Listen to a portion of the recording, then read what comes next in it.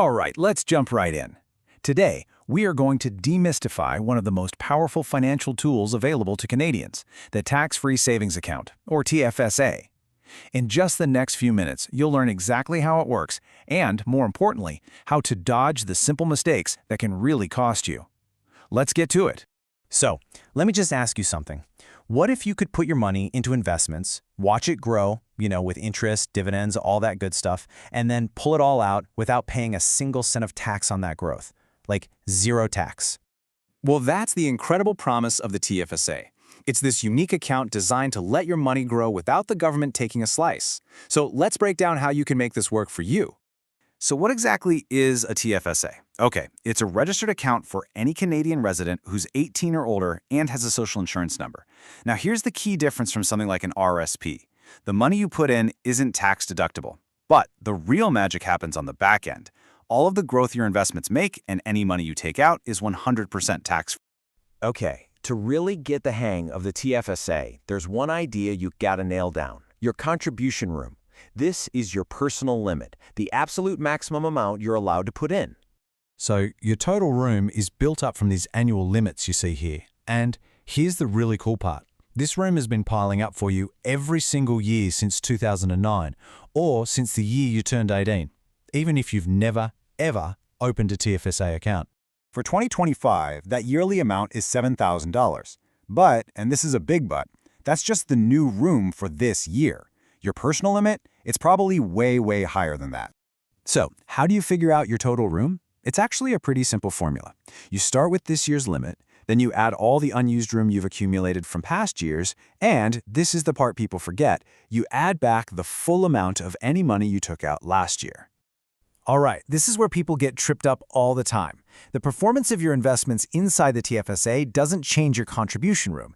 If you put in $5,000 and it grows to $10,000, fantastic. That extra $5,000 is all yours, tax-free, and it doesn't mess with your limit. But you got to be aware of the flip side. If that investment drops in value, you don't get that lost contribution room back. It's gone. Okay, let's shift gears and talk about the flow of money. Taking it out is easy, but putting it back in? That's where the most common and most costly mistakes happen. You don't have to take my word for it.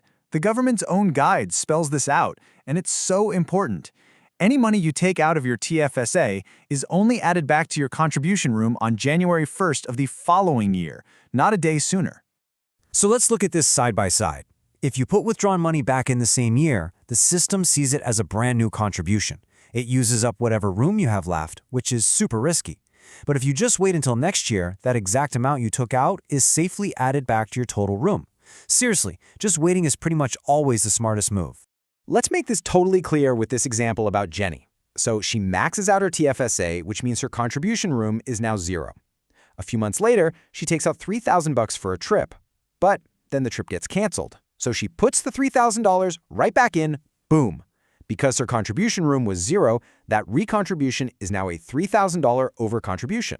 A simple, innocent mistake with some pretty big consequences. And that brings us right to the biggest pitfall of all, the dreaded overcontribution penalty. So what's the penalty? It's 1%.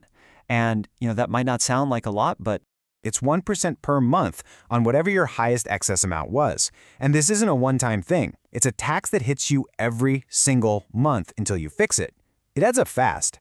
Let's put some real dollars to this. A simple $2,000 overcontribution will cost you $20 every single month it stays in that account. Over a full year, that's $240 just gone, wasted on a penalty you could have easily avoided. All right, enough of the warnings. Let's get back to the good stuff. The whole reason we're all here. That sweet tax-free growth. What makes this account so powerful? a lot of people hear savings account in the name and think it's just for cash. But no. Think of it more like a shopping basket for your investments. You can hold all kinds of things in here. Cash, sure, but also GICs, bonds, mutual funds, and even stocks and ETFs from major exchanges. And the growth on all of it is sheltered from tax. But listen, here is a huge, and I mean huge, benefit that most people completely miss. Basically, any money you make in your TFSA or take out of it is completely invisible when the government is figuring out if you qualify for income-tested benefits. This is a total game changer, especially when you're thinking about retirement. It means taking money out of your TFSA won't reduce things like old age security or the guaranteed income supplement. It won't affect things like the Canada Child Benefit either. That money is 100% yours with zero hidden catches. So we have covered a ton of ground. Let's boil it all down to a final checklist of the absolute must-knows. Okay, let's recap the 4 golden rules. 1. If you're 18 or older with a SIN, you are building TFSA room, period. 2. That room piles up automatically, year after year. 3. Remember that golden rule of withdrawals, you only get the room back in the next calendar year. And finally, and if you remember nothing else, remember this. The only number you should ever trust for your contribution room is the one on the official CRA My Account website. Always, always check there first. And there you have it, the TFSA demystified.